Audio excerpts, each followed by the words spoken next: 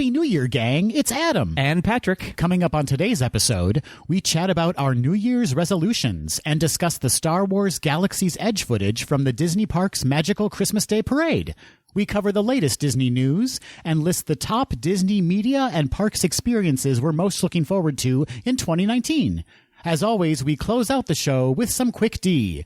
All that and more on today's episode of Gays Do the D. To all who come to this happy place, welcome.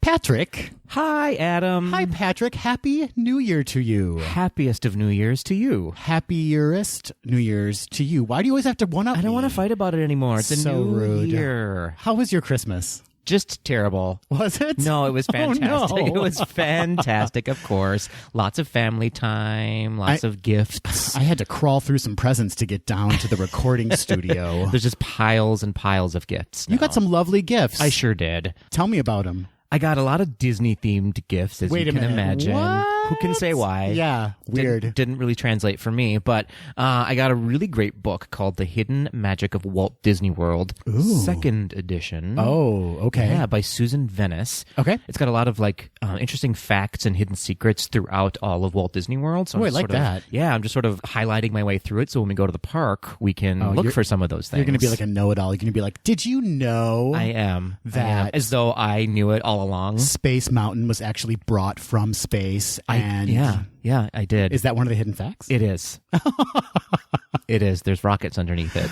Wow. So it's great. I love them. There's a lot of really interesting things that I had no idea, and so I'm glad that I'm sort of making my way through the book. And I also got a cookbook called Kitchen Magic with Mickey, which has a lot of recipes from the parks themselves. So a lot of your favorite meals in the restaurants there will be in recipe form in this book. That sounds fantastic. Yeah. Kitchen Magic with Mickey sounds like some witchcraft might be involved. A lot of witchcraft, a lot of the green potions and apples dipped in poison. Did you know that cookbook is banned in 12 states?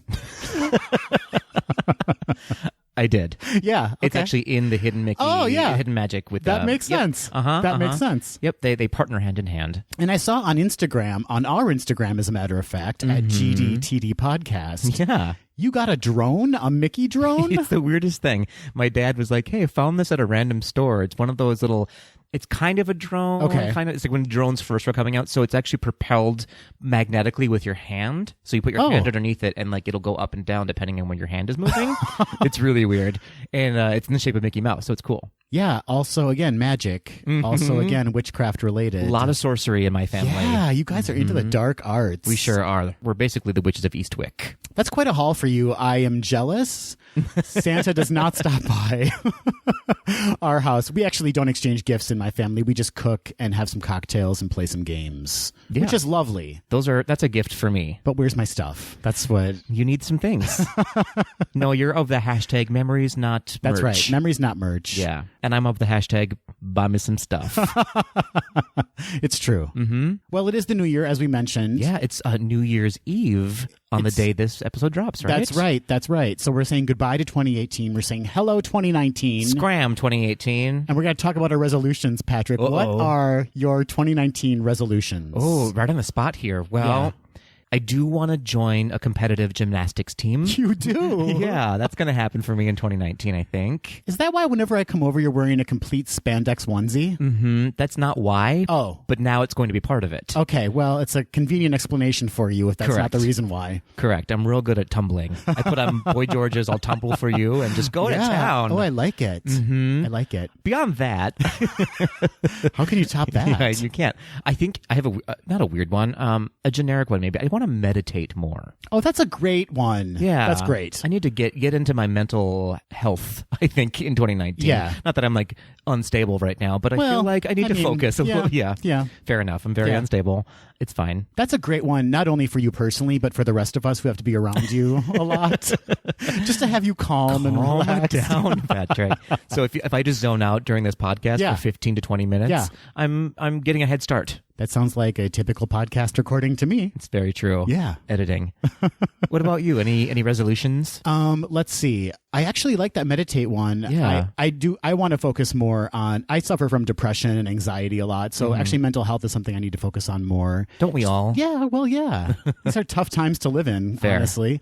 But I do want to focus more on trying to find the happiness in life. Yeah. And part of that is for me to lose some weight. Adam, I know it's like the most common resolution, but I have gone over the edge, Patrick. Okay. I stuffed so much sugar in my mouth this holiday season. I And hear it wasn't ya. even just this holiday season. I've just been overindulging. Okay. And I just Yeah. need to rein it in. Yeah. And live a more healthy lifestyle. So the kind of mental, body, physical connection, I need all of Okay. that to be working for me in 2019. We can be accountability buddies for each other. Oh, I then. like that a lot. Right? And every podcast, we will check in with each other. Mm-hmm. And the first things out of our mouths when we begin recording are either like, you're a mess, Yeah. or you're doing very well. Rein it in.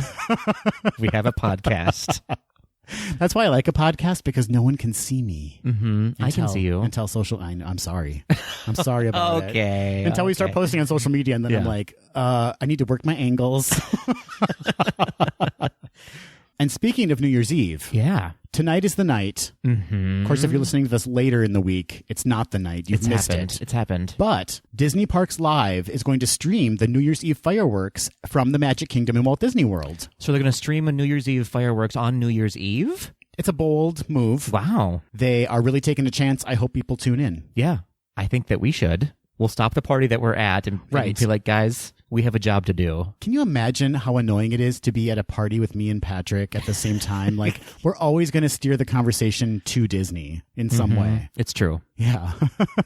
So at 11:45, Patrick, Yeah. Eastern time is when the stream begins. Oh. And that's when, at the party we're at, we're going to say, everybody shut up. Yeah. And please focus on this and don't speak until the new year. Yeah. Only take shots for 15 more minutes so we can all pass out together at 12:01. The fireworks spectacular that evening in the Magic Kingdom is going to be Fantasy in the Sky Oh. with a special New Year's Eve finale. Now, I've never seen Fantasy in the Sky. I haven't either. So that'll be something special. I hear that they do a lot of references to animated movies that we grew up with. So like Aladdin, Little Mermaid, Beauty and the Beast, Oh. Lion King. I wonder if it's a lot like the old Wishes. I mean, that would be the dream. That would be my wishes. Yeah, yeah.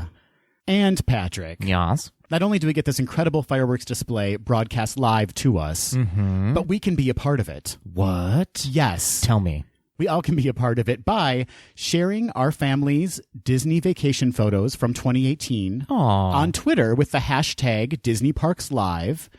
If you do that, your photo will be considered for broadcast as part of the live stream. So this is kind of what they did for the Epcot Candlelight Processional live stream, where they had people send in their holiday photos, Disney themed, and then they just posted them up during the live stream. That's right. Very and so cool. everybody out there, go ahead, give it a shot. Patrick, we should get one of us. We're totally doing this. Yeah, up there somehow. It's happening. Okay, great. We'll have to fudge that it was in 2018, though. I know. Photoshop. I'm so skilled in Photoshop. We got this. We'll just plaster 2018 t-shirts on us. Yes, that's great. That's great. My t-shirt's going to say, I've only been to Disney World once and it was in 2018. This is my t-shirt that I got. That's great. Thank you. Super subtle. Just real chill. Oh, yeah. Yeah. I'm going to wear my 2018 ears. Oh, okay. Yeah. And I'm going to wear my 2018 shorts, sunglasses, shoes, socks. Great. Long story short, Yeah. Long story shorts, 2018 shorts. your photos from 2018 could be a part of the broadcast. Hooray. And while we're on the subject of broadcasts, Patrick, I love broads and casting. let's jump back in time a little bit. Okay. Because on Christmas Day, the Disney Parks Magical Christmas Day Parade featured new footage from Star Wars Galaxy's Edge. It sure did. Did you happen to catch it? I did. I just saw the Galaxy's Edge footage. I wasn't awake in time to watch the parade. How dare you? What are you even know. doing on this podcast? I know. I'm the worst. Were you excited by what you saw? I was. Yeah. I was excited. It was cool to see the ride vehicle itself. Yeah. That got me pumped up a little bit. Yeah, so we saw the ride vehicle for Rise of the Resistance, which is kind of like a cart, right? Kind of like a cart with a robot in front of it. Yeah, it was almost like a trolley kind of trolley's a thing. good word. It's kind of like a shorter, great movie ride Sure. There we cart go. Yeah. trolley. Yep. And what got me really excited for that was they actually showed the trolley pulling into the room where the AT-AT walkers were stored. And they fire at us. Yeah. Or apparently they're going to fire at us. It looked amazing. I'm already a little terrified. They're so tall. They are so tall. Have you seen some of the photos of them when they were building them? You could see sort of like the skeleton of them. Man, those photos are really cool. And to see them now in action, oh boy. That looks like it's going to be an incredibly exciting experience. Yeah. We also saw guests flying the Millennium Falcon in the Millennium Falcon Smuggler's Run attraction. Did. It looks like it's a 6-person ride. Is that correct? Looks like it's 6 people. It's interesting. As a short person, I am nervous that I'm going to get sat in the back and not be able to see much, but I imagine it'll be fully immersive around you. Who can say? Well, Patrick, you have to realize there are children, believe it or not, who are shorter than you. Okay. Who might also get sat in the back of that attraction. But I'm not worried about them, Adam. I'm worried about myself. Listen to my words. I'm worried about me. My guess is that the cockpit of the Millennium Falcon will either be on a rake, so you can kind of have a better view in the back, or you'll be up a little bit in the back. Sure. Or the seats will be angled in such a way that you'll have a great view just like dead on of the It's true. We still don't know much. Who knows? Maybe the seats move around a little bit. Right. We don't know. Right, but it looks like it's going to be kind of intense. Yeah. Kind of like a crossover between Flight of Passage and a little bit of Soarin'. Little Star Tours. Yeah, it's going to be like my guess is like a more intense simulator, but yikes. I'm interested to see if it spins, if it does that sort of the feeling that Mission Space does. Please don't. To simulate that. Yeah, I know. I know a lot of people will be turned off by that. I frankly love it, but who can say? Well, you're also a sadist. It's true. So, I like to throw up on walls. What was really interesting to me about this preview that we got as part of the parade was that we saw character renderings and we saw sculpting of creatures and we saw droids, right? So like they're kind of giving a hint as to what we can experience as far as the walk-around characters. Yeah. But then also Carrie Beck, who is VP of Lucasfilm Story Group, said, and I quote here, Patrick. Okay. It's exciting to think about this as only the beginning and to think about how this land will be living and breathing and evolving. Yeah, that was interesting. I'm curious. Where is this going to go? Is this just like the start and we're going to expand and expand and expand? I think so. I think that they're going to play with guest experience a lot in this park. And so even without going on the rides, you'll still be able to have a full immersive experience just by being there and interacting with some of their Star Wars characters. I wonder if your experience will pick up where it left off on each visit to that park, or if it'll be a new experience every time. You know what I mean? Patrick, like it'll remember you? That's what I'm thinking. That's what I'm imagining when they say it'll be a living, breathing experience. Right. That, like if you go back, you can continue your journey. Yeah. That would be what I would want. I mean, I'll be happy with anything, frankly, but that would be really cool. I'm a little bit nervous now that I want to make a good impression on my first visit. Don't mess it up. Don't mess it up. They remember. They remember.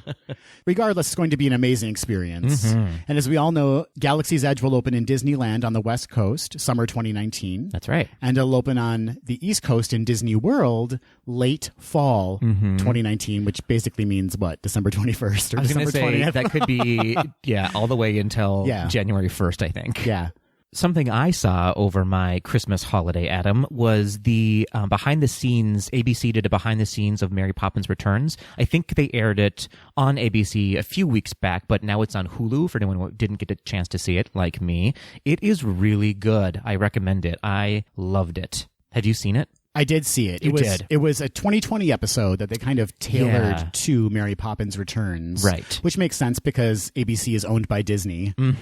So they were like, hey, how about you do an entire episode of 2020 on Mary Poppins Returns? Like how you said that. Come here, kid. What do you say? And 2020 was like, yes, Mr. Disney.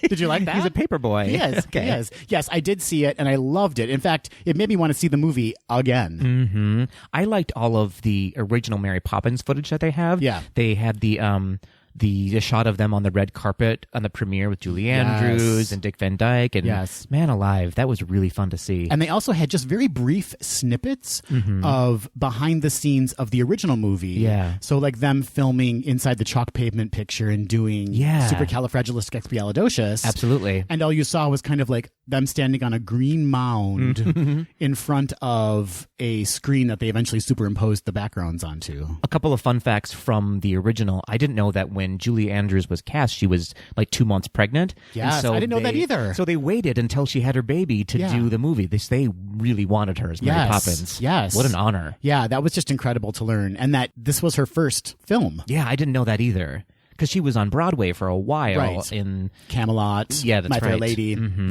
Yeah. Another one was the penguins in the Dick Van Dyke penguin dance scene. Yes. Where they had drawn them prior to him doing the dance, and then when he did the dance and was so crazy and big, they had to manipulate the penguins again to cover what he was doing, so they would have the penguins ducking down and flying out of the way when he would kick. So funny. What a happy accident, too, because that's what you really remember from those scenes. Are It the really penguins made it. reacting to him dancing. Absolutely. I think they probably learned a lot from that, putting people in with animation that do the animation afterwards. Yeah. So funny. And then, of course, they went on and did a lot of in-depth footage for the new movie, Mary Poppins Returns, which was so fun to see. Richard Sherman said something, I'm going to sort of paraphrase what he said about Mary Poppins and Mary Poppins Returns. Of course, Richard Sherman is one of the Sherman brothers who wrote the music for the original, that Mary Poppins started the relay race and Mary Poppins Returns picked up the baton, which, what an honor, I feel like. Yes, he had sent that note to Mark Shaman, and what a relief for him that must have been to receive that. Yeah. Because there was a lot of pressure on their shoulders to kind of continue the magic, so to speak. Absolutely, absolutely. So if you didn't get a chance to check it out, do so. You can watch it on Hulu, and I think you can probably, if you have the ABC streaming service, you can probably watch it there as well. That's right. The special's called Mary Poppins Returns Behind the Magic, a special edition of 2020.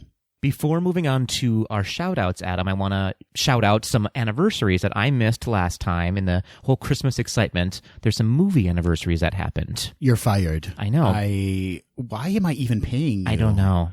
It's my one job, is to look at old movie dates. So first up, on Christmas Eve was the 50th anniversary of The Love Bug, which was released in 1968 on December 24th. I haven't seen The Love Bug. You haven't? No, I mean, I've seen the car from The Love Bug. It's really back cute. on the old backlot tour when they had that. Oh, sure. But yeah, I haven't seen The Love Bug. It's one of the building themes in the All-Star Movies Resort. Oh, sure. Super cute. Yeah, I've seen that. It's a good movie. I recommend you check it out. Maybe we should add some live-action movies to our Take Two. We need to do that, but it would be a take one for me. So maybe we have a take one series where it's movies we've never seen. I should just watch you watching these movies for the first time. So I'm giving a review of the movie, and you're giving a review of me watching the movie. Right. I'm telling you how you should have felt about it. It sounds like a good one. It's basically Mary Poppins Returns all over again. It's basically how we live our lives. Here's how you should have reacted to that, Adam. Let's take two.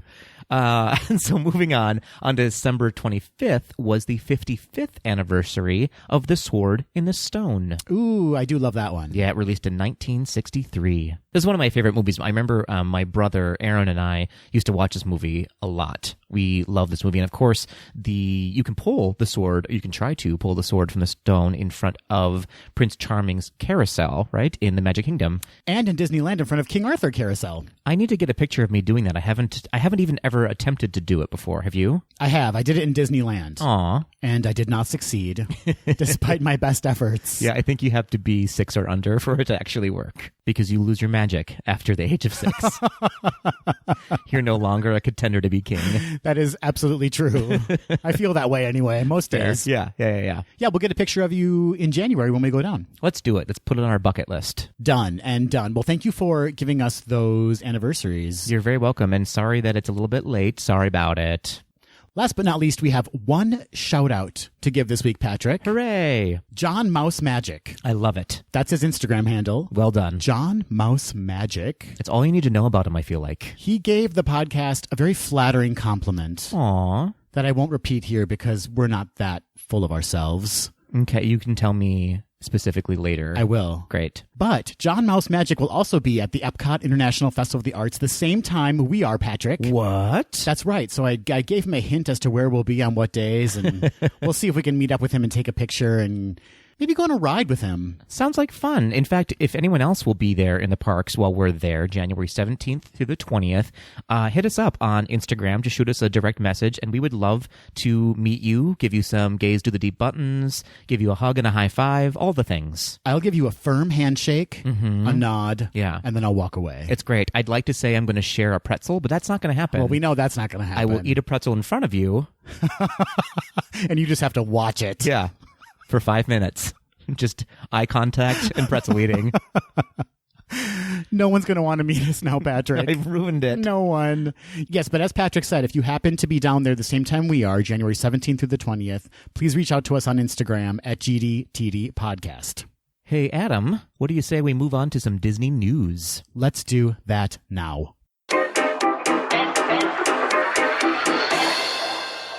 Epcot's International Festival of the Arts will be running this January 18th through February 25th, and reservations are now available for workshops and seminars in the Festival of the Arts. Starting off with some of the free experiences, you can attend a seminar where Disney artists and designers will talk about their experiences working in their area of expertise.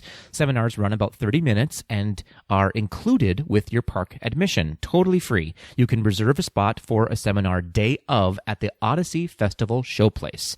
One seminar that I'm especially interested in is One Little Spark, Finding the Figment Inside of You, presented by Jason Tiki Tockett, digital artist and Walt Disney World cast member. I feel like there's going to be a lot of self-exploration involved with that one. I'm a little nervous, Patrick. Why is there a figment inside of me, and how did he get there? It feels kind of good, but I'm also scared. So you can join Disney artist Jason on an art-filled magic journey as you learn how the sparks of inspiration you collect every day can be used to create tangible connections to life's most magical moments in the form of your very own figments. I feel like Jason Tiki Tockett is going to unlock something within me, and we're I'm just going to be like so sobbing. much. Yeah. And then we're going to go get a margarita. It's going to be like when you get a really good At La massage Cava. and Yeah. something happens, and you're like, wait, what's happening? Why am I crying? Okay, so we're going to this one? Is that what you're saying? Who can say? Okay. If we're emotionally ready, we can do it. That is never the case with me. So maybe not. Maybe you'll sit this one out. You'll be on Living with the Land for 3 rounds while I go on this. Yeah. So moving on to the workshops. The workshops do come at an additional cost, but you get a more hands-on interactive experience. You'll be able to create your own work of art that you can take home. Some of the offerings include design, ink and paint, photography, calligraphy, and more. I like this one because I'm a really good drawer, and I feel like I would be discovered, and they'd be like, "Come work for the studio," and I'll be like, "Okay." Yeah, you've planned this out. I have. This is why we're going. This is the moment. This is the moment I say goodbye to you in this podcast, Patrick. Well, we're both in luck then. No, my resolution is to be nicer to you on this podcast, Adam. Please don't. Okay, I get good. such joy from you just putting me in my place. You can only work yourself up by me putting you down. That's right. Okay, good. I'm doing my part. So one of the workshops that I'm excited about is the Park Map Bouquets, presented by Jovan Harkless. Hopefully I didn't I'm ruin his sure name too that's much. exactly how you say it. Must be. He's a local Orlando artist, and the whole concept is instead of throwing out your park map at the end of the day, you can upcycle it by creating a work of art using the maps. What if you only use my Disney experience as your park map? Am I required to tear apart my phone Yes. to create a bouquet? The answer is yes. Sad. Oh, I'm into it. Okay. I fully want to tear apart your phone. So the workshops run about 75 minutes and are offered Fridays through Mondays during the festival, and they cost about $39 each. And then last but not least, returning this year is a fan favorite Paint with a Disney Artist experience. These run select Fridays and Sundays. You'll paint alongside a Disney artist who will help you in creating your own piece of Disney art. The experience includes a continental breakfast, and it will cost $259. Wowzer. But you get a continental breakfast. You're with right. that. So like a cheese Danish. But you also get all the materials you'll need and a work of art to bring home with you. How attractive is the person leading this workshop? Because that will be a deciding factor for me. That is at your own risk, I think. Fair. So to learn more about the workshops and the Paint with a Disney Artist experience, go online to artfulepcot.com, and to make your reservations, you can call 407-WDW-TOUR, T-O-U-R. A new DVC dining package is being offered at the Contemporary Resort in Walt Disney World. I love packages. The prefix dinner starts at the Wave. This already sounds fancy with the word prefix. It's true. Whenever you see that word. It's too rich for my blood. The prefix dinner starts at the Wave ... of American flavors. Did you know that was the name of that restaurant? That's the full title? There is a ... after the Wave. What? Of American flavors. Wow. I've always just called it the Wave, but I'm common, I guess. I think everyone calls it the Wave. So dinner starts there. Mm-hmm. And then after dinner, guests head to Bay Lake Tower's Top of the World Lounge. Amazing. For beverages and desserts and stunning views of Happily Ever After, the fireworks show at the Magic Kingdom. Wow, that sounds incredible. The dinner is available nightly beginning Monday, January 14th, and currently running through Sunday, June 30th, 2019. So the Top of the World Lounge, now that is an exclusive lounge for DVC members, is that correct? That's correct. So will there be a different spot for the people who are buying a package to go up there? Because if you're a DVC member, you can already see the fireworks, right? That's what I've gleaned from reading these stories, is that there will be a separate area for the lesser DVC members who choose, if there is such a thing, Fair. to not do the dinner. They will be in a separate area, and then the people who do the dinner package will be in a different area. Okay, probably more visible location for the parks. A better view. Okay. Yeah. Cool. Blockout dates do apply for this dinner package, and they include Valentine's Day, Easter weekend, and Mother's Day weekend. The package limits guests to 6 participants per party, and that includes the Disney Vacation Club member and 5 guests. Ooh. So we got to find a DVC member and get them to invite us to dinner. That's right. If you're a DVC member and you want Adam and I to join you for dinner, you could email us at Yes. info@gaysdothed.com. Let me finish. I want to get that out there. It is important. It's important for us to experience this. That's right. The dinner costs $59 per person, so not terrible, right? Not terrible. I mean, you are paying, I guess the DVC member is paying for the DVC lifestyle, So but it's $59 plus $30,000 a year. but the $59 is not bad. That's fair. Yeah, compared to $30,000 a year. I'll tell you what, if a DVC member invites us to experience this, we will cover your $59 dinner. And then some. No, I'm only offering the 50. What is the and then some, Patrick? It sounds suggestive. It is suggestive. Okay. Okay. No discounts are offered, and you cannot use Disney Dining Plan credits for this dinner. And full payment is due at the time of the reservation. To make that reservation, you can contact DVC Member Services at 800-800-9800. That's a lot of 800s. It is a lot of 800s. And you can also contact them for additional details or questions. And as we said earlier, you can contact us for a free $59 dinner. That's right. And some... I'm going to be suggestive here. I'm going to suggest you get ready for some smooching. Whoa. Whoa. So it's $59 plus. I need everyone out there to know that Patrick said that and not Adam. My name is Patrick, Patrick. This goes back to my same policy as the workshops at Epcot. How attractive is the DVC member? And I have no standards. Adam, here's a sentence I never thought I'd say. I've got some donkey news for you. Oh, my. Some Disney donkey news. Double D. I'll just get right into it because we've already confused our audience. Where else can you go but to give them the actual news story? Fair enough. A new guest experience will be coming to Animal Kingdom in January 2019.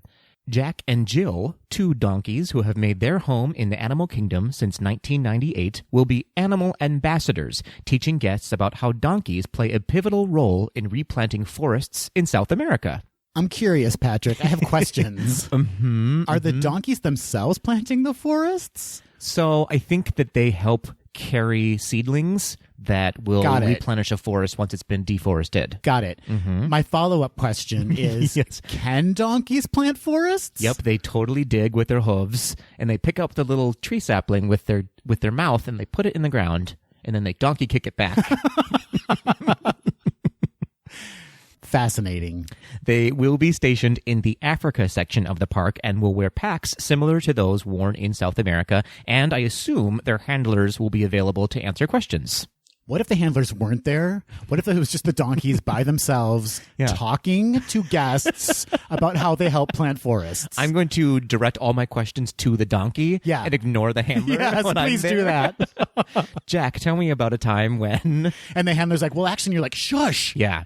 Shush, handler. Yeah. How many kids are going to get kicked in their back by these donkeys? No, they're very gentle. I'm sure they're very sweet. That's true. I've never met a donkey I didn't like. Have you met many donkeys? You don't know me. I've had a whole life before you, Adam.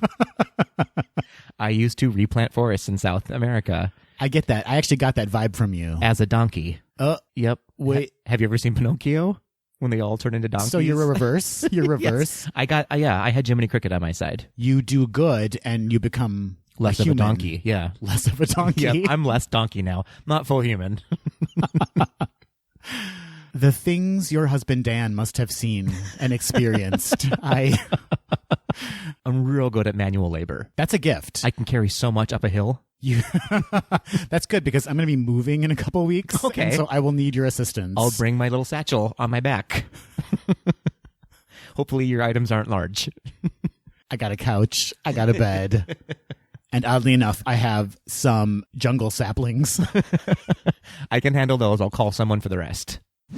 Disney's film production chief, Sean Bailey, recently gave an interview to The Hollywood Reporter, and he had some things to say. He had so much to tell us. In the December 20th, 2018 article, Sean Bailey, when asked about The Lion King being a shot-for-shot remake, said, and I quote, "The Lion King is a revered and beloved movie, so you better revere and love those parts that the audience wants. But there are things in the movie that are going to be new. And it is a new form of filmmaking. Historical definitions don't work. It uses some techniques that would traditionally be called animation and other techniques that would traditionally be called live action. It is an evolution of the technology John used in The Jungle Book." And he's referring to Jon Favreau. They're the director of The Jungle Book. I like that. It's an interesting way to sort of put that debate aside. A lot of people are saying it's not a live action. It's not a animated movie. So now it's both. It's both versions. Yeah, and what's it going to be called now? You know they're going to come up with some kind of clever, catchy name to refer to it. It's like live-amation. Yeah, or like animaction. CG, computer generated live action. So like Kluga. I like it. It just rolls off the tongue. But they are, I think, technically bucketing it into their live action studios, right? It's being billed as a live action film. Sure. Their live action team is sort of working on producing it. But also their CGI team. Right. I'm so torn. I'm so confused. And excited. Speaking of live action, when asked about the studio's live action strategy, Sean Bailey said, and I quote again, "There are projects like 2020's Jungle Cruise.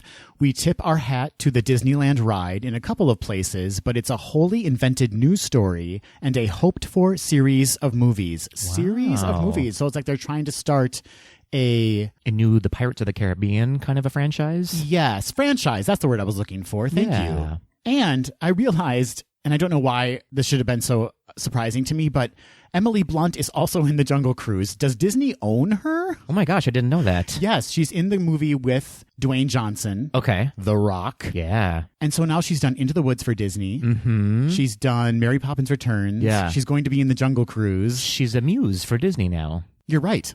She is the muse. Mm-hmm. And what a great one. The Hollywood Reporter went on to ask how many movies a year the studio will make for Disney Plus and how it will work. And Bailey said, "The ambition is in the 4 to 5 range for our group. With the streaming service, we can make a bigger range of movies. We've made films where the filmmakers did a wonderful job, but the films didn't make money. We were all disappointed. We just couldn't make them work. The fact that we have a new place where we think the audience will be very satisfied is really exciting for us." Which to me reads, these movies aren't going to be as good, but people will appreciate them because they'll be able to watch them at home. Sure. And I'm thinking of it more as these are going to be ways for them to experiment with filmmaking so that when they do release an actual film in the theaters, it'll be elevated. You're right, Patrick. God, always right. Or just a little more positive spin on it. But I think we're both saying the same thing. And I wonder what movies he's talking about. Could it be A Wrinkle in Time? He did refer to McFarland USA and $1 Million Arm in that same quote. Those classics. I know, so... But he did go on to say, "I think we are going to be averaging a total of 9 or 10 films in theaters and streaming a year." That's amazing. Now, is he talking about just live action or full? Like anything in the Disney spectrum? My guess would be anything in the Disney spectrum. Okay. 9 or 10 in the theaters and on the streaming service combined. Got it. Yeah. Okay. I was going to say that seems like a hefty amount of films. Lastly, The Hollywood Reporter asked, you've hired Deadpool scribes Rhett Reese and Paul Wernick to work on a possible Pirates of the Caribbean reboot. Can pirates survive without Johnny Depp? Interesting question. As we all know, Johnny Depp is not going to be a part of the new movies that are going to be produced. Boo. I say yay to that. Boo. Bailey said, and I quote, we want to bring in a new energy and vitality. I love the Pirates movies, but part of the reason Paul and Rhett are so interesting is that we want to give it a kick in the pants, and that's what I've tasked them with. Okay, I'll give it a try. Something I liked about what he said is that you should think of these live-action remakes as more interpretations. So this is our generation's interpretation of a movie that already came out, and there might be another interpretation 20 years later. And I thought that that was a really thoughtful way of saying that, to sort of ease the anger from some people who hate these live-action interpretations. You're looking at me, you're staring at me when you say that. I don't hate them. You don't hate them. You just dislike them angrily. Just kidding. Here's my fear. Yeah. Here's a pattern that seems to be developing, and prove me wrong, Disney. But they seem to announce these live action films, live action in quotes, because The Lion King is like, well, you just heard us say it. Mm-hmm. I can't go through it again. But there seems to be this hype built up around them. And yeah. Even I get super excited. Like, part of my childhood, they're on the screen. But when it doesn't measure up to the feelings you had when you were a child, yeah, there is such a letdown. And it's like they're setting themselves up for the most glorious of successes. Sure. Or just disaster because people are not going to react in the same way. And again, I think that we, being in our mid-30s, are that sweet spot of we were in the idyllic age for when the animated movies came out, right, of the Renaissance movies, right, and so our expectations are probably a lot higher than anyone younger or older than us. That's a really good point. Thank you. So again, you've put me in my place. No. I mean, and I think it just makes us more polarized. Like, you're either right. You're really going to love it or you're really not going to like it. Well, we'll see. But what's really exciting about this interview is that Bailey seems to be referencing energy, right? There seems to be a lot of energy going into not only new motion pictures, and even if it is an existing franchise, a new take on that franchise. Sure. But also the excitement behind the streaming service and what that will be able to provide for the home viewer. Well said. In any case, it was a really good article. I recommend you go out and read it. Where can people find that again? The Hollywood Reporter. The D23 2019 Gold membership gift has been announced. 2019 will mark the 10th year of this official Disney fan club, and to celebrate, they will be commemorating 10 major Disney anniversaries happening in the coming year. Each anniversary will be marked with a specially designed gold tone pin by Disney artist Ricky de los Angelis. The pins will be sent in an exclusive D23 embossed tin. Patrick, I think we both had the same reaction when we saw this gift. Yeah. Is it like, are we going to pull the trigger Is this on a the year? D23 membership? I know, they're beautiful. And a membership is what, $79.95 or something like that? It is $79.99 per year. Oh, those 4 cents, they make all the difference. They sure do. So just quickly down the list of the pins that will be in this set are the Skeleton Dance, which will be 90 years old, Disney's first silly symphony, which was released in 1929. Donald Duck will be celebrating 85 years. His debut was in The Wise Little Hen in 1934. Marvel Comics will be celebrating 80 years, which released its first publication in 1939 featuring the Human Torch. The Disneyland TV series will mark its 65th anniversary, which first aired in 1954. The Haunted Mansion celebrates 50 years, which opened its haunted doors in Disneyland on August 9th, 1969. The Muppet Movie celebrates 40 years, which hit theaters in 1979. Indiana Jones and the Temple of Doom celebrates 35 years, opened in 1984. The Little Mermaid, this makes me feel old. Yes. 30 years, released in 1989. Oh boy. The Twilight Zone Tower of Terror celebrates 25 years, which opened in 1994 in Hollywood Studios, which I guess was called MGM then, right? Disney MGM Studios. And then, last but not least, Up, this actually makes me feel old too. Yes. Is 10 years old this year. It seems like maybe 5 years ago it could have come out, not 10. I've been crying for 10 years from that opening segment. It, of course, was released in 2009. So which one of these pins speaks to you the most? Or give me a couple that are just like you're drawn to when you see them. I'm all about that Donald Duck pin. Yeah, that's a great one. I'm all about that The Muppet Movie pin. Oh, yeah, that's cute. And The Little Mermaid, I think. Cute. Sebastian is the Little Mermaid pin. I agree with you on the Donald Duck. I totally love the Disneyland television series one.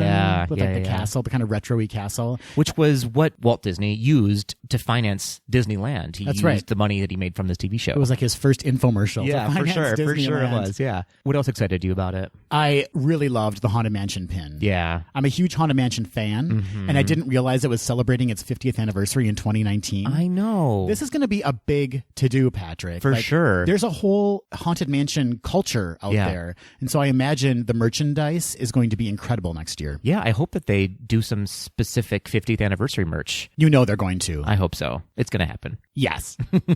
As we said before, the gold membership for D23 is $79.99 per year. It is a reoccurring membership, so you will have to stop payment if you don't want to do it every year. And you can go to d23.com to learn about everything that membership includes.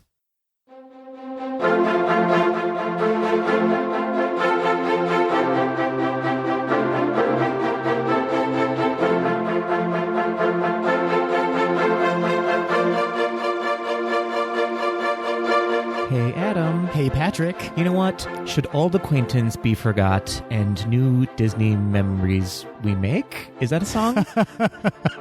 Is that your Patrick mix of Auld Lang Syne? Mm-hmm. That's what I sing every morning when I wake up. Oh. Mm-hmm. I just want to forget a lot of my acquaintances. Oh, sure. It's sort of a mantra that just runs in my head. Yeah. So it's not so much a positive song like don't forget old acquaintances. It's more like you need to forget them. Yeah. What are you doing with your life? What are you even doing? Not a lot good, apparently, because I want to forget a lot of it. No, of course, it is the new year, and I thought we should make a list. Make 2 lists, maybe. Oh. and check them twice, just like Santa does. So we're starting off on an organized note. We sure are. You know me, type A. I gotta get them in order. We're gonna go through our top things we're excited about, Disney-wise, in 2019. Oh, I'm excited about this list. Is that on the list then? It's making not. the list. It's not. So, as I said, we're gonna cut the list into 2 sections. One being more media, so movies, video games, etc. Yes. And then 2 being things in the parks. Yeah, and we should let our listeners know it originally started with top 19. Yeah, we had an idea, we had a plan, and we were like, "That's so clever." And then it became like top 23. And then Patrick had the bright idea. He's like, it's hard to compare movies and theme park attractions. And I'm like, "You're right." And so now it's 2 lists. And there's 420. Just kidding. No, there's. Buckle up, everybody. It's going to be a 6-hour episode. No, but yeah, this is a great idea because it's hard to compare media and attractions. Mm-hmm. And frankly, it was hard to put these in order for us. Like, yeah. Who can say if we're correct? We can say we are correct. I think once we get into our top few on each list, then it makes sense. But it could be anybody's game up until that point. But we'll try to make our case. You may not agree with us, but that's the way the cookie crumbles. Yeah. So we're going to start in order of what we hate first. That's not true. No, but we're going to end each category with what we're the most excited about. That's right. Yep. So it's order of excitement, sort of. Sure. We've really thought this through. Yep, this is a really well-organized ship. Comprehensive. People come here for the organization. That's right. Okay. So what did say we start out with media? Yeah, that sounds great. Okay. I'll kick us off with one thing that maybe I'm more excited about than you are. Yeah. Is the video game Kingdom Hearts 3 that comes out in 2019. I'm excited in theory. I am not a good video game player. Yeah, I can't say I'm a game player as what my husband is. He's like a pro. He has all the games. He plays online with his friends and has a great time while we are down here podcasting and talking about Disney. Yep. But this one, of course, is Disney themed. Yes. There were 2 ahead of this one, and I'm excited because we have the Xbox One, and this version is going to come out for Xbox One, so I'll be able to play. And I'm excited to come over and play with you as long as you're excited to watch my character constantly be walking against a wall because I am not a good video game player. We can learn together. Okay, that sounds great. But I like the idea of this game. Yeah. It sounds really magical, and I like the interaction of characters who may not normally interact. Yeah, I think this version you'll get a lot of Big Hero 6 characters. Oh, I like that. Which is exciting. So we'll see. I plan to purchase the game when it comes out, and then we can play it. Sounds perfect. Next on our list, yes, Captain Marvel opening March 8th. Captain Marvel, which is such an exciting movie. We had a little bit of a debate about this. Right. Of like, wait, you're not as excited about Captain Marvel, but it doesn't mean we're not excited. It's just we're more excited about some other movies, yeah? That's right. That's Okay. right. I think this is going to be incredibly thrilling. Yeah. I think I'm just at a point where a superhero origin story is a little bit tired for me. Fair enough. But bring it, Disney. Yeah. And, obviously, Brie Larson is incredibly talented. Yes. And a female-driven superhero story could Yeah. reignite my fire for superhero movies. And of course, not to give away any spoilers, but we do need this movie to inform the next Avengers movie, yeah? You're right. Let's move on to the live-action version of Aladdin opening May 24th. I was torn on this one. I Yeah. was like, does this need to be higher on the list? Not because I necessarily think it's going to be amazing, but if it's a mess, it's going to be a glorious mess. Do you know what I mean? Yeah, for sure. It's going to be visually stunning regardless of what happens. It has a high bar to reach because the original animated was very visually stunning. Yeah. They used some new techniques in that movie, and so I'm hoping that they're going to pay homage to that and raise the bar even higher. So we'll see. Maybe this is too far down on our list. We will see. I think it'll be good. Yeah. I am not as excited, as we said before, as the other movies coming up on the list. Yeah. Which, right above this one, Yeah. Dumbo coming out on March 29th. Man, I'm torn about this one because I feel like maybe this is my most exciting one. But Oh, really? Yeah, but I don't know. It's got incredible talent in it. It's got Tim Burton directing it, and he has such a visual style. Yeah. I watched the trailer to this in Mary Poppins Returns. Yeah. And that was the first tear that came out of my And it just didn't stop after that. And then I didn't stop. It looks like they paid careful and close attention to this movie, and it's going to be, I imagine, a little bit more dramatic than Dumbo, the animated version, but just as emotional. I read an interesting article about it saying that the first half of the movie is the entire film of Dumbo. Oh, wow. So the second half, it'll be interesting to see where that goes. Like, how are they expanding the story? Yeah. Frankly, they could move that storyline. I can see it moving a little more quickly. Sure. But we'll see what happens. Yeah. Moving along, we have Toy Story 4 opening on June 21st. This one, I was like, does this one need to be higher too? This whole list was just It's hard. It's organizational. Yeah. I'm sure it'll change once Right. we watch all these movies, right? We can reorganize this list. Absolutely, yeah. So Toy Story 4, are you excited for Toy Story 4? I'm excited. I have a Toy Story journey a little bit where I just wasn't on board with the movies for a while. I really get liked that. the first I one. get that, yeah. And then I was just sort of like, okay, another one? I don't know. Yeah. But I sat down one weekend and just plowed through all the Toy Stories, which I can't recommend to anyone who wants to emotionally survive that weekend. Boy, it's a real roller coaster. Yeah. And now I'm fully on board with Toy Story. So I'm very excited about this movie. What about you? I'm kind of in the same boat as you are. It took me a while to warm up to Toy Story. I appreciated the first one. The second one is really what kind of locked me into being a lover of Toy Story. Sure. Because of Jessie, the addition of Jessie, the character Jessie. Yeah. And obviously that song, the Sarah McLachlan song that just shreds any kind of like joy you have in your life and drags you down into the depths of despair. I mean, such a beautiful, beautiful moment, but Yes. man, that song. You're having a real moment with this song right now. I know I'm crying as I'm talking. I'm trying to keep it together. It's a really, really beautiful moment. Yeah. And I just recently watched on Netflix, there's a great documentary called The Pixar Story. Oh. And it talks about from the very beginning, the work that studio has done and their affiliation with Disney. And then they're moving away from Disney and then coming back to Disney. It's a really interesting look at Pixar's history. Sure. And obviously a large portion of that film focuses on Toy Story because it was the first fully computer animated movie. Do you think this is the final chapter?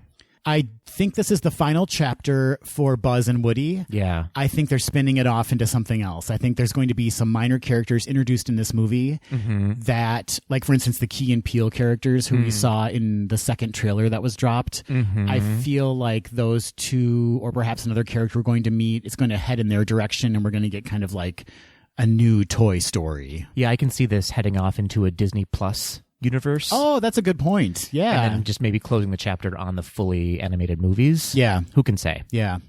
Next up, coming out July 19th, we have The Lion King. A polarizing movie that's coming out. It's going to be interesting. A lot of controversy. Yeah. Yeah, already. Yeah. I mean, we've seen one trailer, and already people are like at odds with each other about how this movie's going to turn out. People are in a tizzy. If there's one thing our country does, though, really well, it's not judge things before we get the full story. Exactly. So I'm sure we'll be fine. I'll tell you what, I'm here for it. I think it's going to be a really great movie. I really loved the Jungle Book, the live action Jungle Book, and I think this is just gonna blow that movie out of the water. I was okay with the live action Jungle Book. Yeah. But I agree with you. I think this one in particular, because there is not the element of an actual human being in it, I'll be a little bit more invested in it. I won't be so thrown by like kind of judging the actual live actor against a CGI actor. Does that make sense? It does. And frankly, couldn't be a more diverse and exciting, talented cast. Oh my gosh. Donald Glover. Yeah. We have the original James Earl Jones returning to play Mufasa. That's amazing. Incredible. That's amazing. Beyonce. Billy Eichner. John Oliver. I mean, the list goes on. It's an incredible cast. Yeah. Moving on, we have Star Wars Episode 9, which will be released on December 20th. So we have to wait a little bit. That's right. We have no idea what the title's going to be yet. I feel like that will be coming out soon, though. You would imagine. Yeah, they want to get that out soon, and probably a teaser will be coming out in the next month or so. It's just my prediction, a very small teaser. What do you think it'll be called? Episode 9. That's correct. Colon. Oh, okay. Rey and Kylo live it up. That sounds on par with the rest of the Doesn't titles. it seem like that's what they call it? Yep. You're right. Star Wars Episode 9. Rey and Kylo live it up. What's your prediction of what the title's going to be? Oh, Star Wars Episode 9. This Is Us. It's just going to be a real sit-down family drama this time. Yeah. Can you imagine it's just a meal? It's like My Dinner with Andre, but it's Rey and Kylo, and they're just trying to figure things out. Mandy Moore's in the background crooning. I want to see that film now. Yep. If it's anything other than this plot we've established, I'm going to be disappointed. It's true. I'll make a sock puppet version of it for you. How are you feeling about Star Wars Episode 9? Are you excited for it? I am excited for it. However, it's not on my radar necessarily right now. I know why we put it here. It's kind of in the middle. Right. Because we don't really know much about it. Right. Which I think is a good thing, because when we do start seeing trailers, the excitement will finally like bubble up, and you'll be really excited about this movie. Whereas they've saturated so much of our world with Star Wars movies and the prequels and the one-offs that it's hard to get too excited because another one's going to come out in 3 days. You know what I mean? Right. They're taking a nice break before this one, which will be appreciated. Yeah. I'm a little nervous, per usual. I feel like I say that before every discussion. Yeah. But I am a little nervous because, and I'm going to give a spoiler alert here, if you have not seen The Last Jedi, please just like fast forward like 30 seconds and we'll be done. Snoke. They killed off Snoke in The Last Jedi. And I was kind of expecting a full story arc there, but he's just suddenly now dead. Sure. And we don't really know where Captain Phasma is. She fell down a fiery shaft. Which doesn't mean anything now. That's right. She could be alive still. Could be. But I feel like they ended the last movie in such an odd place. And I do know that the next movie jumps ahead a year. So it'll be interesting to see where that goes. And I'm also a little worried about J.J. Abrams returning as director. Uh-oh. So I was kind of hoping for another director, maybe a new director to kind of close out this series of films. Sure. But we're going back to JJ, and that has me a little bit nervous too. He can be a little too like referential to other films that have already been created. Yeah, I'm gonna reach across and slap you now. You're glad that JJ's back? Yeah, I am. I appreciate the JJ films. I hear what you're saying though. Welcome back, those listeners who were skipping ahead. You can stop skipping now. We've made some bold predictions. They're probably very accurate. That's right. Should we move on to the next on our list? Absolutely. Next on our list, and this could have really been interchangeable with episode 9, although maybe not. Maybe I'm more excited for this one, is Avengers Endgame coming out on April 26th. Yeah, I think this is well placed for me anyways. And I want to kind of go back to, what I said about Captain Marvel with me being tired of superhero films? Mm-hmm. Because this one is such a momentous film and that is wrapping up 10 years of Marvel films. Man alive. I can't help but be excited for this one and to see where the story is going to end and then begin for the next phase of Marvel's movies. Yeah, I appreciate that they gave us that with the title, so we know it's like, okay, this is it for this chapter, right? Yeah. I mean, I fully expect major characters are going to die. Rude. how very dare you? I want that. Everyone lives. I like a good farewell from a major character that will have me You crying. like a Shakespearean ending. Oh, Everyone I love dies. that. Very dramatic. I want a very weighted goodbye, sincere moment. And if they happen to break out in song while dying, like Eponine from Les Miserables, so be it. I'm into that too. Then they just cough blood and die. Yep. Something interesting about this movie is that it'll be a weird chapter for a lot of our younger listeners because they grew up watching these movies. Right. They sort of aged with them. Right. And so this will be really a huge end of an era for them. Kind of like when the Harry Potter series ended. A lot of younger listeners they started watching those movies when they were like 7, and then they're now adults when it finally ended. This will sort of be along those same lines. It's definitely the end of a book. I mean, after 10 years, it's like an anthology. Absolutely. But it'll be exciting to see where the next phase for Marvel's movies goes. For sure.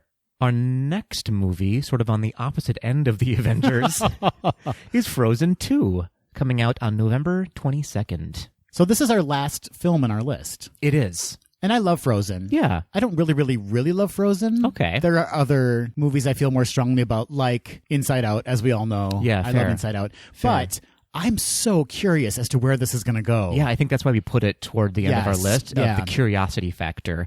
I'll tell you what, though, I implore you to watch Frozen again. Yeah. I like it more and more when I watch it. I think I'm pulling out more of the character nuances, and it's a lot funnier to me than it was when I first watched it. Oh, that's interesting. Mm-hmm. I definitely love the music from Frozen. I think it's fantastic. So much good music, and I think that is exciting as well to see where they go now with these incredibly talented vocal artists and an incredibly talented musician team, right? I think the music is going to be phenomenal. I'm excited because I think that this might be more of an Anna story. That's just my guess, because it's tough for me to see where they could take Elsa as far as like a discovery story for her in this round. And I feel like Anna's going to discover something about herself, maybe not magical powers or anything like that, but it's going to be more of a journey for her in this film, I think. That would make sense. And the media-related thing that we're most excited about in 2019, this should come as no surprise to anyone, is Disney+. Yeah, super excited about this. I can't wait to never talk to another human again as I just sit in my home and only watch Disney television shows and movies. Yeah, we're probably going to have to start podcasting with Disney Plus in the background. It will be assumed at that point. If you're not watching Disney Plus, you're not a true fan. You're just going to be listening to us watching Disney Plus. Right.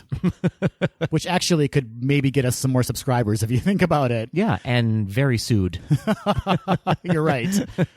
From what I've heard, this is going to be set up in a portal-type system and almost designed like the Magic Kingdom, where different areas of the quote-unquote park or portal contain different elements from Disney's media library, right? Sure, there'll be like a Marvel section Right. and a Disney Classics section. Right. I think that's just going to be incredible. And I have to say, I'm most excited for the classics. I really want kind of a rotating catalog of things that I grew up with, things that I have never seen before, and things that I've seen many, many years and just kind of have completely forgotten about. For sure. For those of you who are in our generation, you might recognize this phrase. It'll be like going into the Disney Vault. Yes, the Remember Disney when they Vault. used to do that? Yeah, They used to take movies out of the catalog in the Disney Vault, and we'll just have full access to it now, which will be amazing. And then plus all of the new stuff they're developing for it too, right? Like The Mandalorian. Sister Act 3, right. It's going to be very exciting to see what they can create for a television-based platform. I agree. I'm very excited about this. I think it'll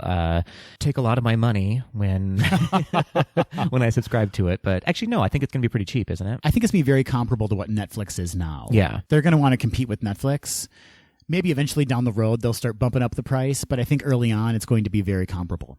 So that sort of rounds out the media portion of our 2019 top things we're excited about. Should we move on? Dare we move on, Patrick? Oof. Into the parks and talk about attractions and experiences. I think we ought to, and I'm nervous about this list. Not nervous about it, but there's so much happening in 2019. We obviously couldn't include everything. Right. But we did include the things that Patrick and I are most excited about. Yeah. What makes us PR pants in excitement from just a drip to a full...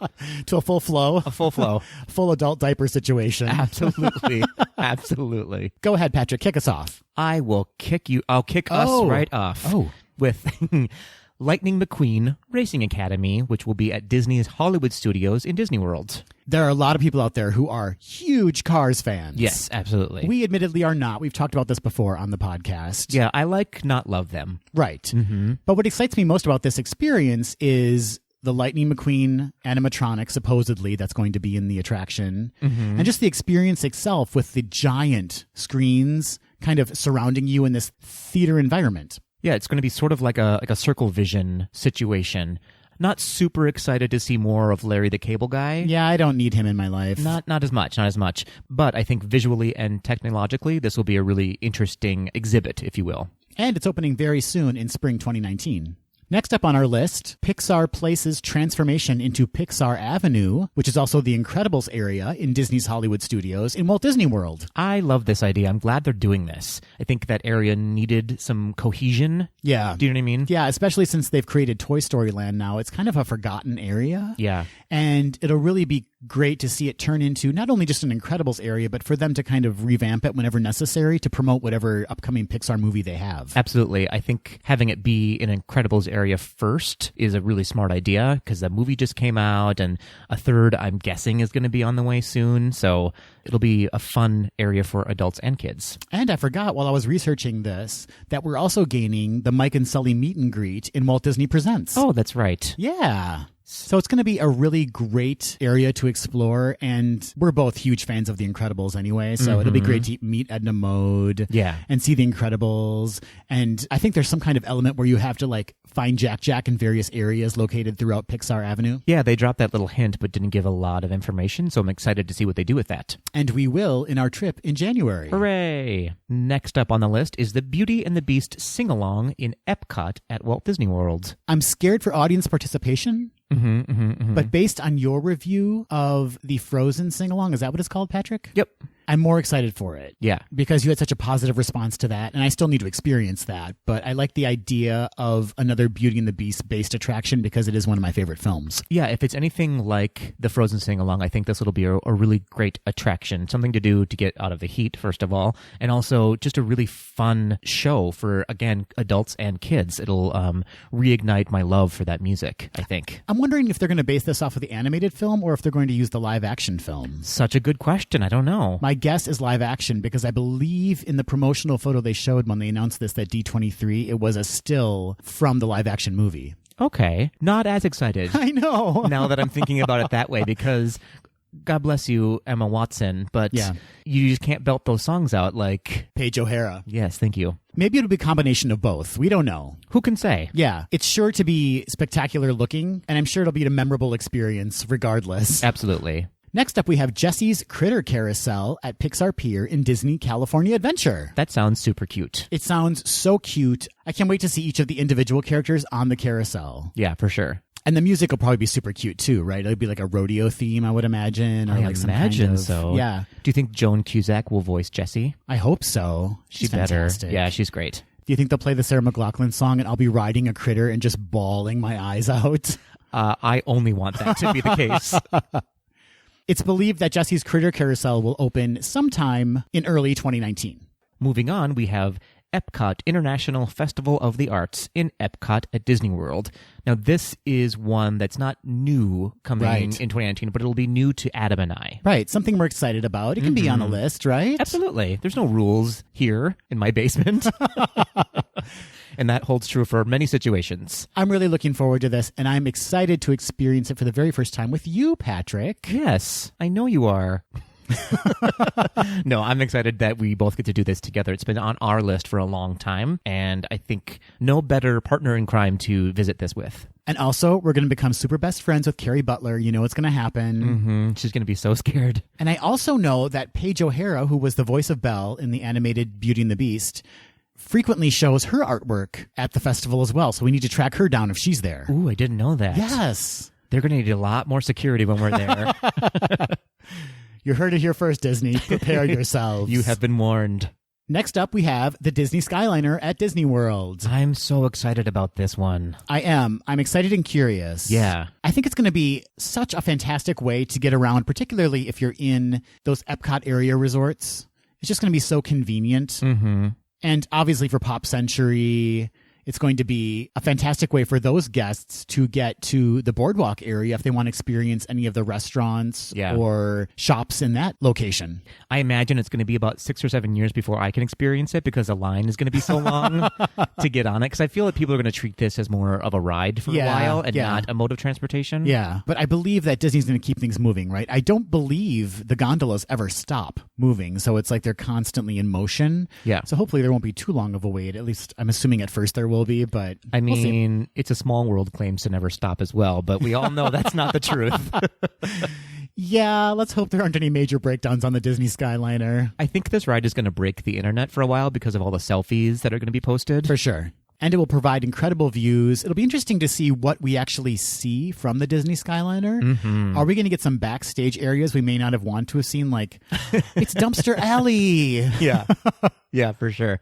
I'm excited to see what they do with the vehicle itself. I've heard so many rumors that they're going to maybe sprinkle some pixie dust on it a little bit, and there'll be some magical moments in the ride itself. Again, just rumor, but who knows? Yeah. The Disney Skyliner is slated to open fall 2019. Next up is Epcot Forever Nighttime Spectacular in, of course, Epcot Disney World. I can't wait for this. Yeah. This is the interim Nighttime Spectacular. Yeah, to be specific, this will be the replacement show for the current show that's there until the new full Nighttime Spectacular will be in place in 2020 or beyond. That's right. I'm tempering my expectations for this because it's kind of like they're maybe using some of the new elements they're establishing for the more permanent show. Yeah, kind of a test run. Right. But I have to assume that a lot of that won't be up and functional yet. So this might be a little bit less spectacular of a Nighttime Spectacular. Sure. But what I love about it is that it's supposed to reference a lot of the Epcot attractions that we've lost. So I'm hoping that it'll reference Horizons. Sure. I'm hoping that there'll be a journey into an imagination element to it. Mm-hmm. Like, what if the Dreamfinder was the host of this spectacular? Like, amazing. That would be incredible. That would be incredible. And or Figment. Of course, I should have said that. If Dreamfinder's in it, of course Figment will be in it too. Mm-hmm. Like, I just want that Epcot from my childhood. Yeah. And I've heard rumors that the music from Epcot, a lot of the music that's been played throughout the years will be included in it. So it'll just be a very nostalgic trip through Epcot's history. Do you think they'll reference that that food puppet show that they had a long time ago? Do you know what I'm talking about? Kitchen Cabaret. Kitchen Cabaret. Oh my gosh. With your host, Bonnie Appetit. I've never seen it live, but I've heard that it was bonkers. Patrick, it was phenomenal. It was like a fever dream.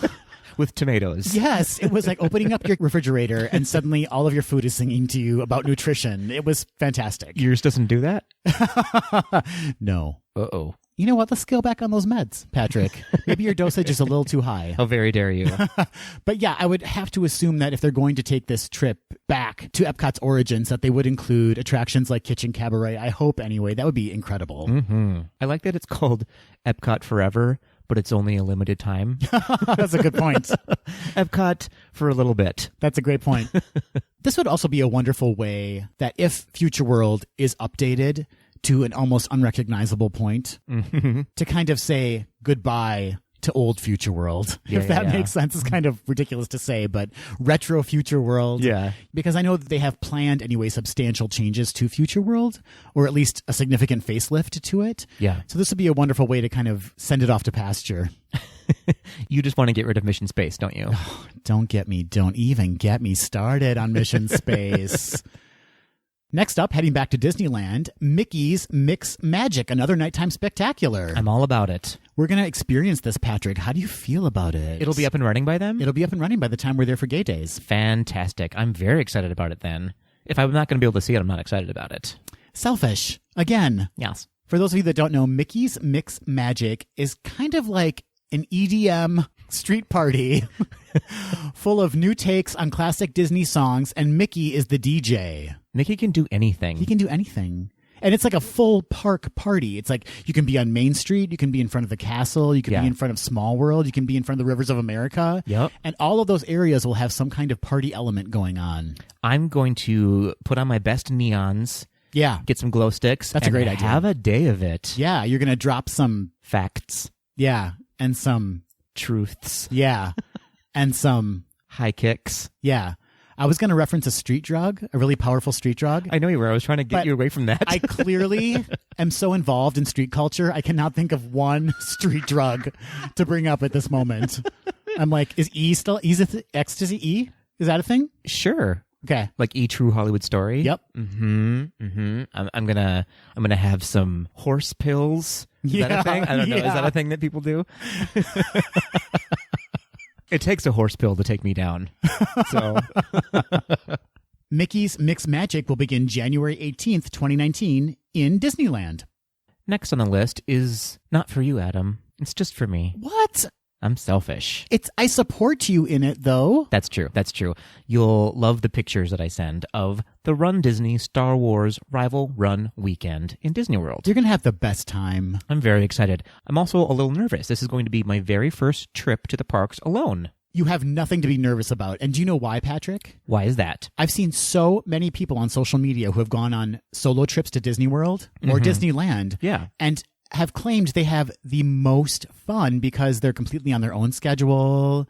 And it's like, are you really supposed to be talking to someone when you're on a ride or on an attraction? No, you're not. That's true. And who better to go to the parks with than myself? You're right. Quite frankly. No one will be judging you for the amount of Mickey pretzels you're going to be stuffing in your mouth. I will be judging me because I didn't have enough. I'd be like, Patrick, you can get one more in there. How long are you going to be down there for? I'm going to be there, I believe, from a Wednesday to a Tuesday. It's going to be like a full week for me. Oh, wow. I decided to like have a week of it. Yeah, why not? Why not? Because I'm doing, of course, the 10K and then the half marathon. So I wanted to give myself extra time to sort of recover and enjoy the parks as well. That's a great idea. Thank you. I think you're going to have the most fun and you're never going to want to go with anyone else again. What if I only stay in my room the entire time? I don't, Patrick. That's not going to happen again. Well, if Disney Plus is playing in the rooms, it might happen. Oh, you're right. You're right. You're not going to leave. You're like, I've got the park right here. That's right. No, it'll be a really fun time. And of course, if anyone else is going to be there, let me know. I would love to hang out with you. Patrick needs buddies. I do. I need an adult to guide me through the parks, and I need a friend, quite frankly. You've got a friend in me. Do I, though? Listen, 82% of the time, you've got a friend in me. And speaking of friendship, yes, we're going to Gay Days, and that's the next one on our list. Gay Days! Yes, Queen. Now, I'm going to cheat on you a little bit. Uh-oh. And I'm going to go to Disney World's Gay Days in August. Ugh. But we are both going to Disneyland's Gay Days in October. Yay! I'm actually really excited for you to go to the Disney World one, to report back, see how it is, and then we're going to experience it together in Disneyland. You are most excited that I'm going to the Disney World one because it's in August and you do not want to be in Disney World in August. No, I would fully die in that heat. Just a bunch of sweaty, soupy gays. I'm a little more interested now. Okay. You've piqued my curiosity. It'll be lonely without you, but I am so excited that we get to go together to Disneyland. Absolutely. In October. Mm-hmm. Again, if you're going to be in the parks for either of those events, please let us know. We really do want to meet you, hang out, give you some pins, etc. That's a blanket, etc. It could mean so many things. Again, it's... Yeah, when I'm saying it, it's a grab bag. But we won't grab you unless you ask us to. It's true. What are you most excited about for Gay Days specifically? Cruising hot dudes. Oh, my. Yeah. Oh, my. I think that's... No. I'm most excited to be there with the community. Yeah. It's going to be fun to ride the rides and to go on the timed experiences they have, like meet on the riverboat at this time, or, yes. like that'll be fun too. The meetups. But most of all, I'm just excited to walk around the parks and hopefully just meet people and make some new friends. Yeah, that community feeling will be probably plussed by 1,000 for us when we're there. What are you most looking forward to? Mickey pretzels. Gay ones. Rainbow-colored Mickey pretzels. Are you listening, Disney? Make it happen. Otherwise, I'm not coming. But I'm also very excited about, very selfishly, it'll be my first trip back to Disneyland in 25 years. Yeah. There's a lot for you to see, a lot for you to experience, and I'm excited to be there when you're experiencing it. I'm just going to be looking at you the whole time, like mouth open, eyes open, like, what do you think? You're just going to see me cry for 3 days.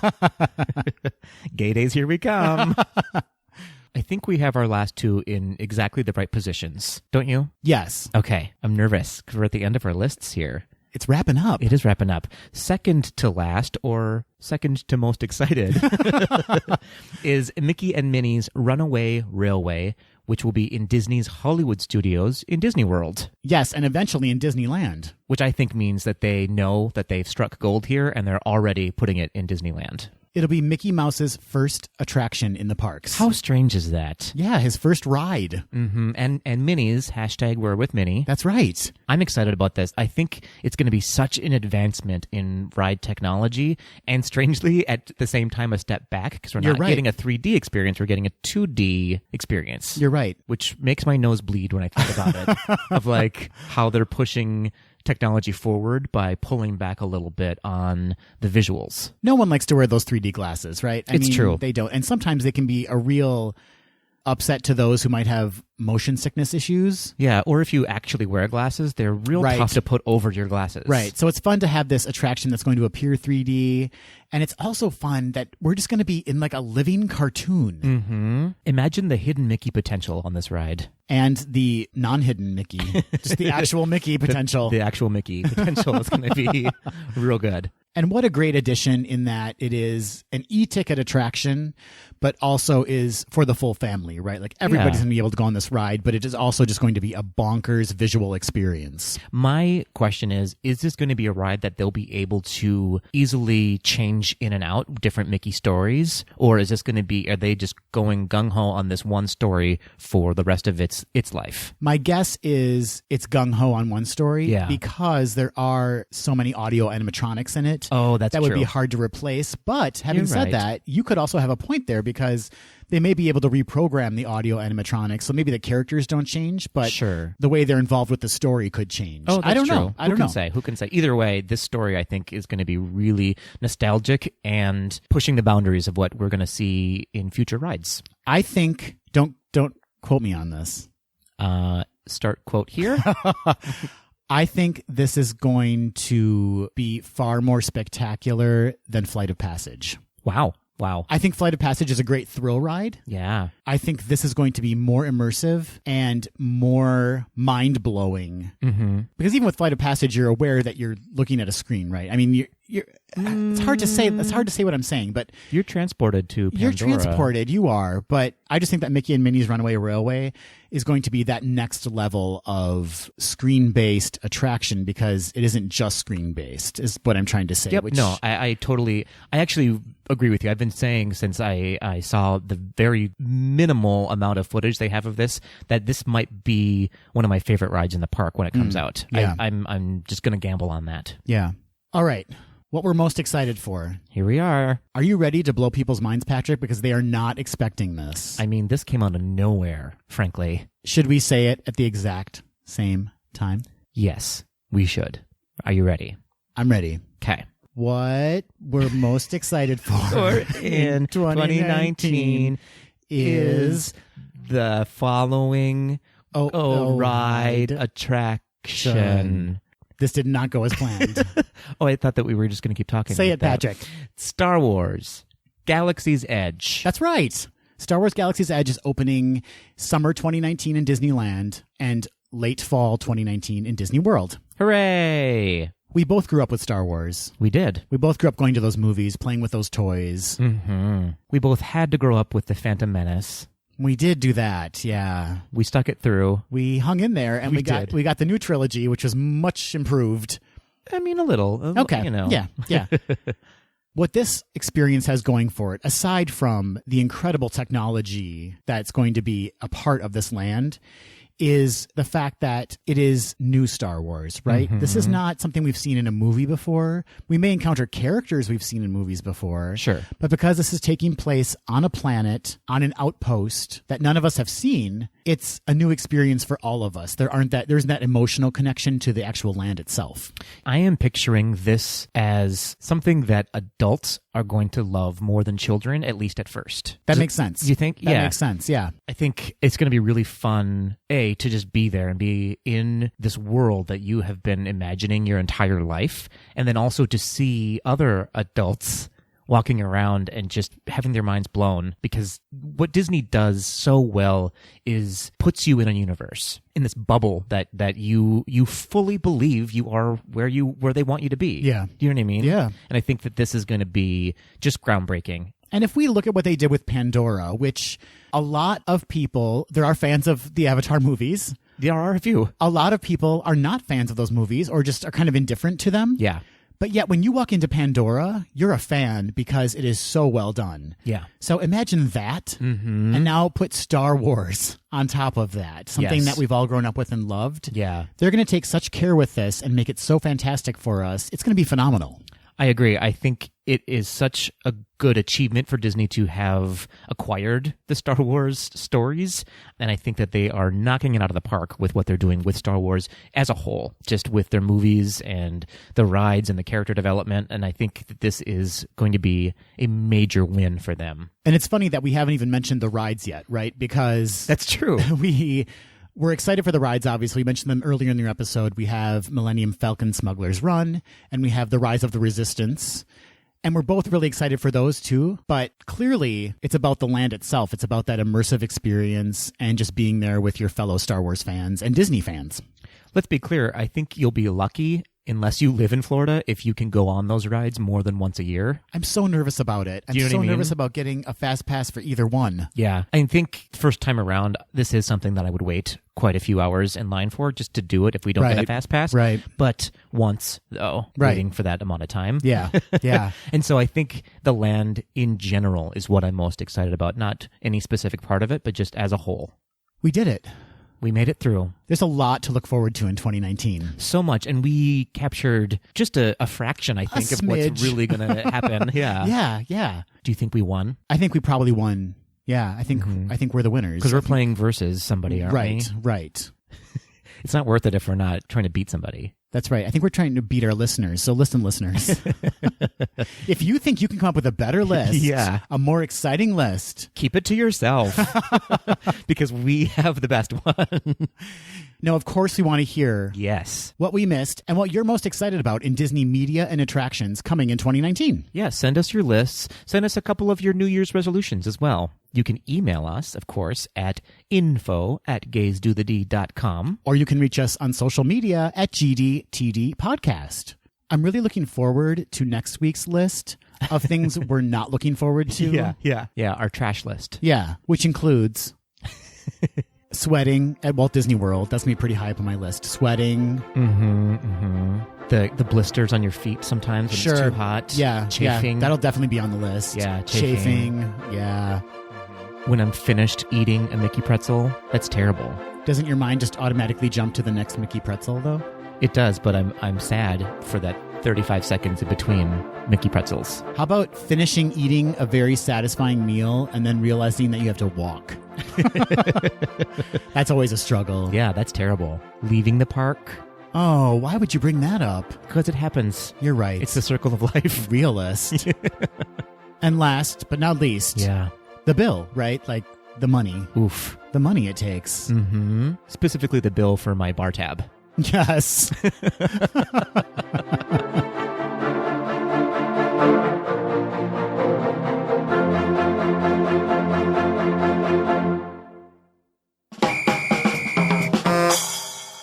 Patrick. Yas, Adam. It's time.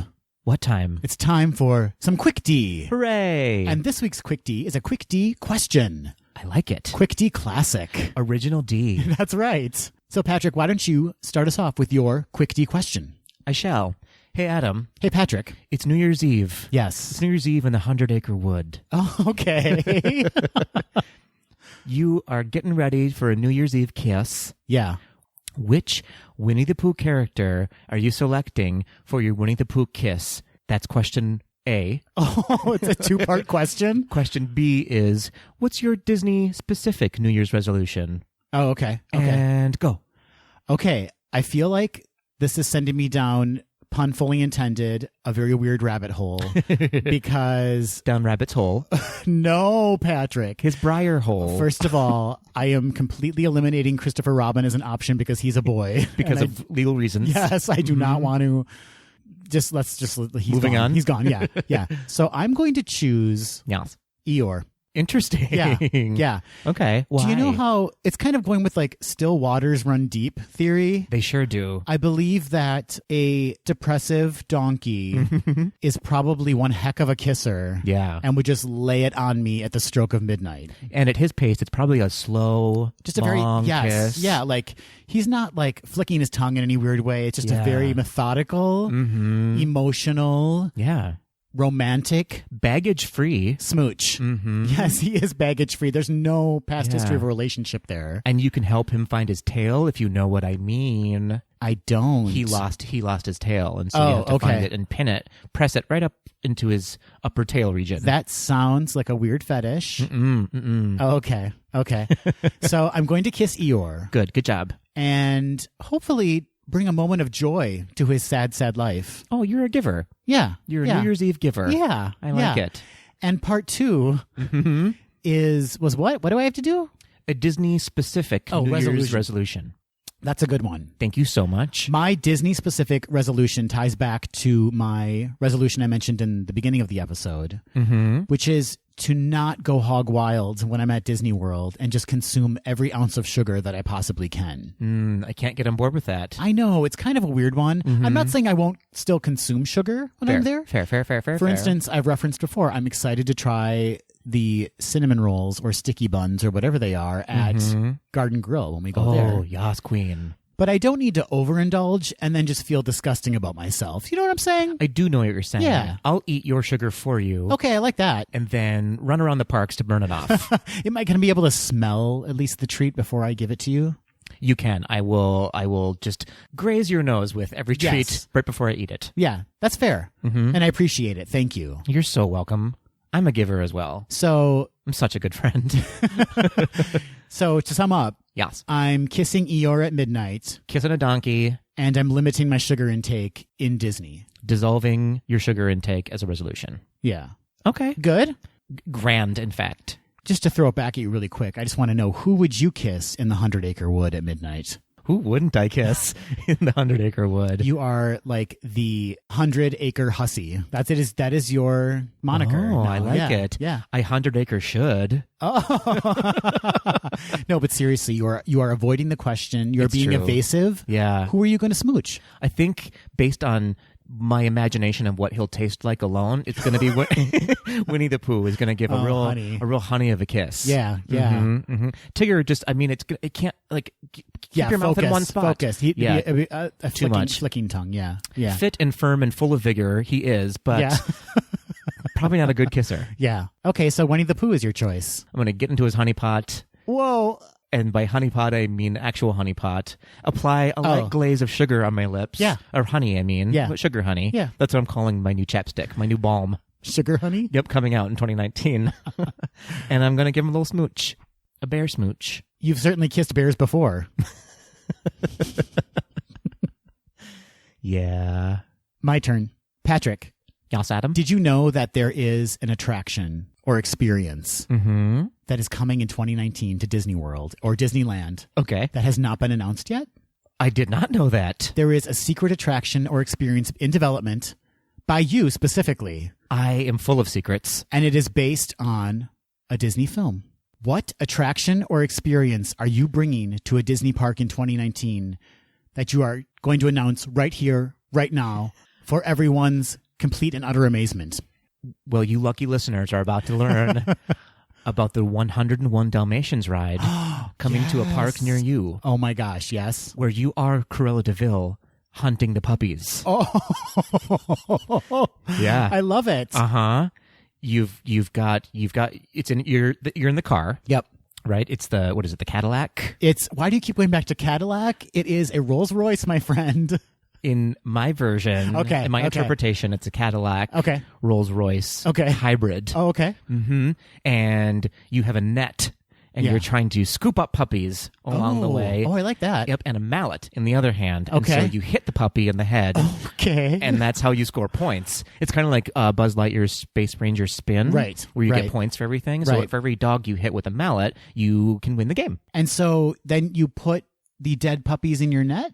Is that what, or are you just knocking them out? You're just knocking them out along the way. And well, that's thoughtful of you. Thank you. That's like the more humane thing to do, I suppose. Yeah. And then at the end of the ride, they give you a carving knife. No, I'm kidding. And you make a fur coat. Yeah, you get a coat. Mm-hmm. What do you think? Is it gonna be a success? I applaud your dedication to the original story. Yeah. And I applaud, I'm assuming this is a dark ride, a very, very dark ride, so to speak. So I applaud, anytime we can get a new dark ride, I'm for it. Yeah. Are you concerned at all about what parents of children might think? Now, what would I be concerned about? You're right. Why am I even asking this very stupid question? Why would you eat? How very dare you? Don't you think that maybe parents will be like, this is a little too dark of a dark ride for my children to be slamming puppies on the head with a mallet and then putting them in a net? I haven't even talked about everyone gets a cigarette. Oh, do cigarette. they? Yeah, so you smoke on the ride as well. It's very 1950s, like you're in someone's house just smoking away. Sure. Well, that part, I mean, I have reservations about it. Okay, you'll need reservations to get on the ride. I guess if I've had a very large meal beforehand, a cigarette might be just what the doctor ordered. Yeah, a cigarette and a fur coat at the end. Are you concerned at all about what people in Disney World will think about wearing a fur coat after the attraction in a very hot, humid environment? I am concerned about that. Here's the thing I didn't say. You also, no one wins. No one wins when you're beating puppies. Oh, okay. Right? Okay, so there's the message. Yes. I'm glad we cleared that up because before I was a little concerned. Yeah. But now that there's clearly a lesson to be learned, I'm feeling better about this. Yeah, that's the t-shirt. It says, when you hit a puppy with a hammer, no one wins. It's catchy, don't you think? I like it. Thank you. It's got a real animal rights message to it. Yeah. Good for you, Patrick. Good for you for sticking to that story. Thank you. The actual story of the movie. I try. And good for you for not giving one flying fig what anyone riding this ride thinks about the ride. I applaud your lack of empathy for puppies and for people. Finally, it came into play.